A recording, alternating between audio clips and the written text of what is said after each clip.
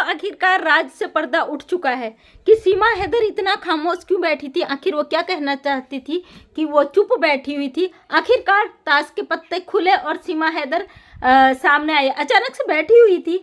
Sir जी ने TV चलाया और मैं देखती हूँ टीवी में न्यूज़ चल रहा है, हिंदुस्तान और पाकिस्तान लाइव चल रहा है, जिसमें हैदर भाई और सीमा का इंटरव्यू लिया जा रहा है बड़े न्यूज़ चैनल पे। जैसे कि आप लोग सब जानते हो, कल 14 फरवरी को सीमा के घर में एक पूजा रखी गई थी। उस पूजा की बहुत सारी वीडियोस वायरल हुई हैं, जो उसके भाई, जो मुँह बोले भाई हैं, उसके द्वारा। और आज मैं अचानक से देखा, क्योंकि मेरे इसमें कल एक कमेंट आया था कि ये खामोश बैठने वाली नहीं है और कुछ ये तूफान आने से पहले की तैयारी है शायद, इसलिए शांति बची हुई है। और आज बहुत ज़रूरी था कि आपको जल्द से जल्द अपडेट दूं। तुरंत आके मैं वीडियो बना रही हूं, क्योंकि भाई टीवी चल रहा है। अचानक से मैं देखती हूँ दोनों का इंटरव्यू हो रहा है, जिसमें धड़ल्ले से सीमा हैदर अपनी बात रखती है कि मैं वही जो पहले भी बोल चुकी है कि भाई हैदर को मैं अपने बच्चे नहीं दूंगी, बच्चे मेरे हैं, हैदर के 2 बच्चे वहाँ हैं और ये मेरे अपने बच्चे हैं। और हैदर भी बोलते हैं तो वहाँ से न्यूज़ चैनल जो पत्रकार बंधु हैं वो हैदर को चुप करा देते हैं कि भाई अपनी मर्यादा में रहो। देखो, एक पुरुष है, उसका बच्चे उससे छीन लिए जाए, इनलीगल तरीके से चली जाए और कई चीज़ें वो करके आई है, तो एक आदमी है, उसे गुस्सा आएगा ही आएगा। लेकिन हैदर को चुप रहने को कहा जाता है। और सीमा अपनी बात बड़ी बेबाकी से रखती है, बड़े दमखम से रखती है। लोग उसकी तारीफ भी करते हैं, मीडिया कर्मी, कि सीमा ने बड़ी बेबाकी से अपनी बात रखी है और हिम्मत से अपनी बात रखी है।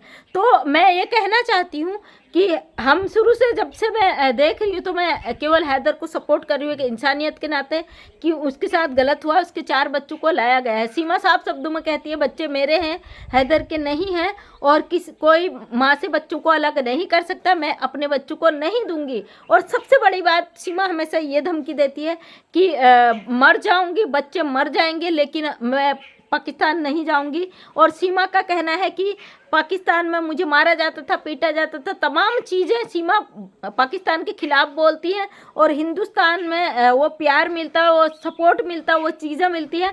हमारा हिंदुस्तान है ही इतना प्यारा, यहाँ दुश्मनों के साथ भी दुश्मनों जैसा व्यवहार नहीं किया जाता है।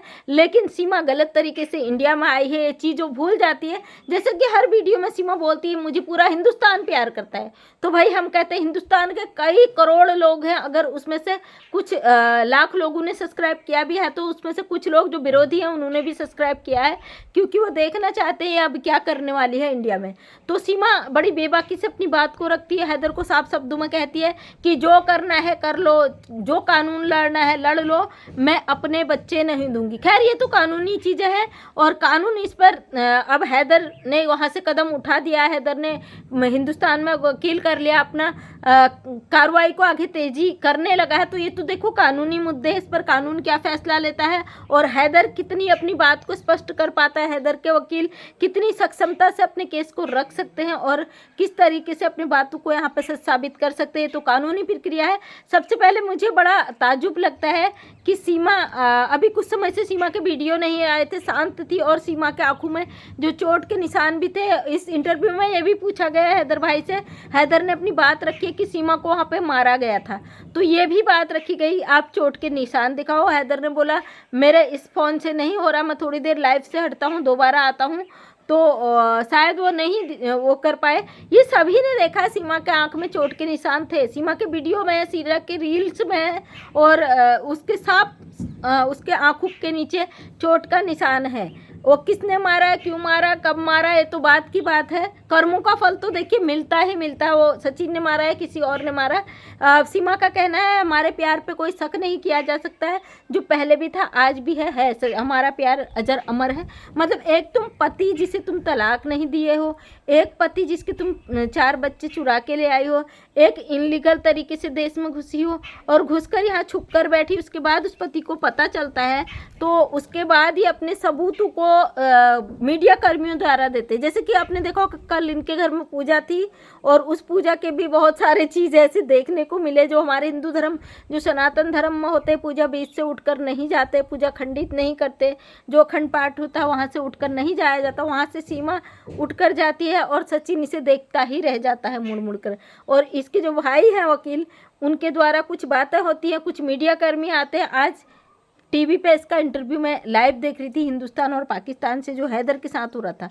तो मतलब ये इसलिए चुप थी, ये एक वो था कि सोशल मीडिया पे फिर से दोबारा लाना है चीज़ों को, और अपनी वही बात बेबाकी से रख रही थी। जैसे लोग वीडियो बना रहे थे कि इसके जो भाई हैं वो गायब हैं और सीमा अब कोई नया चाल चलने वाली है, पता नहीं कौन सा चाल चलने वाली। तो ये था, सीमा के पत्ते जो थे बंद थे वो सीमा ने खोले हैं। सीमा ने फिर वही बात रखी है कि मेरे बच्चों को मुझसे कोई नहीं ले सकता है, हैदर के बच्चे वहाँ पाकिस्तान में हैं, मेरे बच्चे यहाँ हिंदुस्तान में हैं।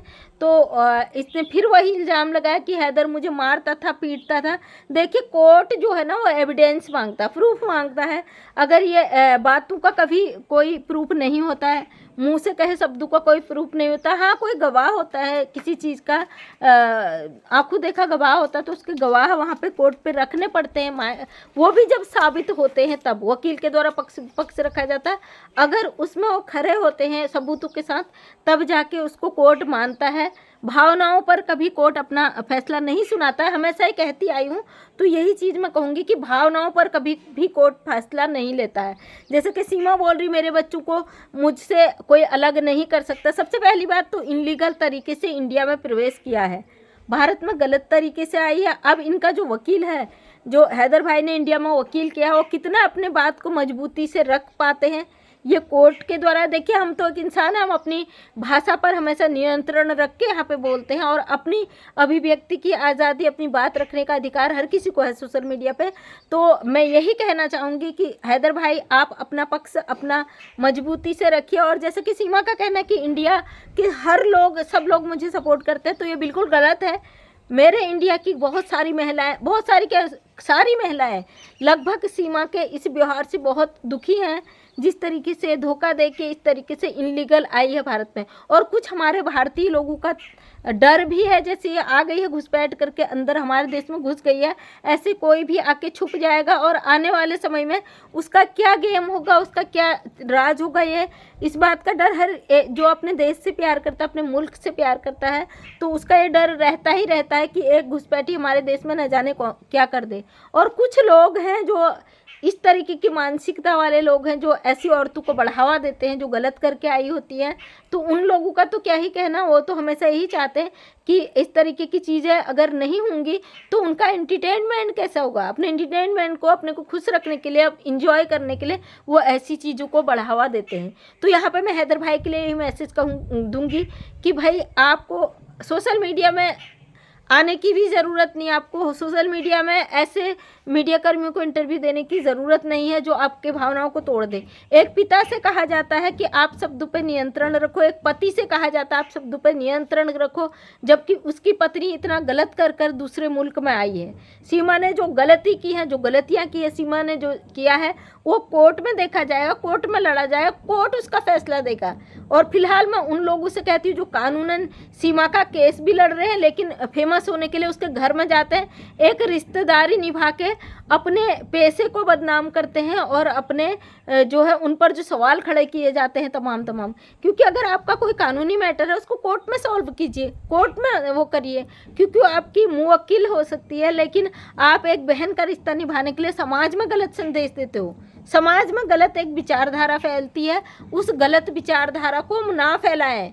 सबसे पहले हमारा देश हमें प्यारा है, हमें भारत देश बहुत प्यारा है, और भारत देश में बहुत सारे ऐसे मैटर आए हैं कि महिलाएं गलत कर रही हैं, और ऐसे मुद्दे जब सामने आते हैं तो उन महिलाओं का और भी हिम्मत बढ़ जाता है जिनके पति बाहर नौकरी कर रहे हैं, जो अपने बच्चों के कमाने के लिए, अपने बच्चों की परवरिश के लिए मेहनत कर रहे हैं, मजदूरी कर रहे हैं, बाहर दूसरे मुल्कों में रह रहे हैं। उनका डर कहीं ना कहीं बढ़ जाता है कि अगर हम इस तरीके से छोड़कर चले गए, ना जाने हमारे पीठ पीछे हमारी जो पत्नी है वो कौन सा कांड कर देगी।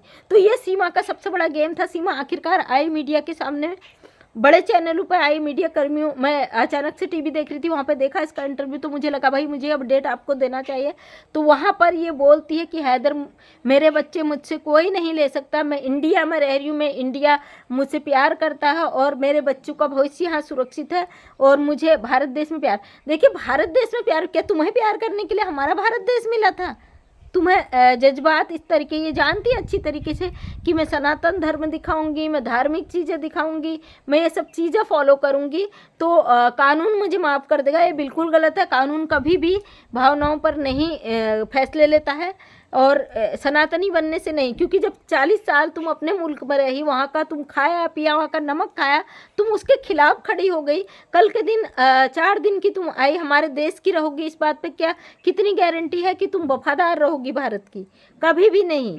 ऐसे लोग किसी के वफादार नहीं होते। और सबसे बड़ी बात, मैं हैदर के लिए, इसलिए हैदर के बच्चों के लिए, एक भाई ने मुझे कमेंट किया था कि माँ से अगर बच्चे चले जाएंगे, माँ के बिना भविष्य नहीं होता। हैदर कौन सा बच्चों की केयर कर पाएगा, कौन से हैदर अपने बच्चों की वो कर पाएगा? एक माँ से क्यों बच्चों को अलग कर रही हो? कुछ और भी लिखा था, मेरे दिमाग में नहीं आ रहा कमेंट, तो मैं बता दूं भाई, हमें भी चिंता है हैदर के बच्चों की। जो आप कहते हो ना माँ के बिना बच्चे नहीं वो हो पाते हैं, तो बिल्कुल सही बात है आपकी बात 100% राइट है, मैं मानती हूँ, क्योंकि मैं भी एक माँ हूँ। मैं जानती हूँ जिस दिन मैं घर से बाहर जाती हूँ उस दिन घर का क्या हाल होता है, बच्चों का क्या हाल होता है, मैं अच्छी तरीके से समझ सकती हूँ। तो इसके साथ ये चीज़ें भी मायने रखती है ना। वो बच्चे यहाँ भारत में, उनको नागरिकता नहीं है, उनका एजुकेशन, शिक्षा से वंचित रह जाएंगे और आगे का भविष्य। और जब शिक्षा से इंसान वंचित रहता है, उसके दिमाग में एक उपद्रवी चीज़ें आती हैं, गलत चीज़ें आती हैं, और उसके चलते वो हमारे देश के लिए, हमारे समाज के लिए और भी खतरनाक इंसान बन सकते हैं आने वाले समय में। सबसे पहले फ्यूचर के लिए एजुकेशन बहुत ज़रूरी है, जो कि उन बच्चों को नहीं मिल रहा है। उनका मुल्क पाकिस्तान है, उनका देश पाकिस्तान है, सीमा यहाँ इलीगल तरीके से आई है। अब कानून कितना बख्शता है, कितना नहीं, कितना कड़ाई से इस चीज़ को रखा जाता है, ये कानून तय करेगा। लेकिन हम यहाँ पे ओपनली अभी भी हैदर के साथ हैं। उसके 2 रीज़न है, शुरू से बता रही हूँ, अब भी बता रही हूँ। पहला रीजन कि एक पिता के साथ, एक पति के साथ गलत हुआ, नाइंसाफ़ी हुई है। दूसरा इंसानियत का नाता है। दूसरा ये कि हम अपने देश में ऐसे घुसपैठियों को नहीं रखना चाहते। हम नहीं चाहते ऐसे घुसपैठी आए और कल के दिन इनका कोई बड़ा कुछ कांड करने का विचार हो और उसमें कामयाब हो। कभी भी हम अपने देश के लिए ऐसे नागरिकों के लिए प्राथमिकता नहीं चाहेंगे, क्योंकि मैं एक इंडियन आर्मी परिवार से हूँ और मैं भारतीय सेना में, मेरे हस्बैंड रह चुके हैं, ऑलरेडी गोल्ड मेडलिस्ट हैं। तो मैं अच्छी तरीके से समझती हूँ कि भाई समाज और देश के लिए, हमारी सिक्योरिटी के लिए ऐसी चीज़ें खतरा होती है। तो थैंक यू सो मच दोस्तों। अभी भी देखा तो मुझे ज़रूरी लगा कि अपडेट आपके पास रखूं। मैं मंजू विश्वकर्मा, हदौनी उत्तराखंड से हमेशा अपने समाज के लिए एक नई सोच लेकर आती हूं। एक छोटी सी समाज सेविका हूं। हमेशा चाहती हूँ कि अपने वीडियो के माध्यम से समाज को एक नई दिशा दे सकूँ। आपके जीवन की कोई ऐसी कहानी हो जो आप रखना चाहते हो और समाज के लिए प्रेरणा बने, तो ज़रूर रख सकते हैं। बिना नाम के गोपनीयता कहानी के रूप में भी आपकी कहानी में रखूंगी। डेली सुबह 8 बजे मेरा वीडियो आता है, उस पर अपना प्यार बनाए रखें। नेक्स्ट टाइम मेरा वीडियो देखना चाहते हैं तो चैनल को सब्सक्राइब कर ले। तो थैंक यू सो मच, तहे दिल से धन्यवाद।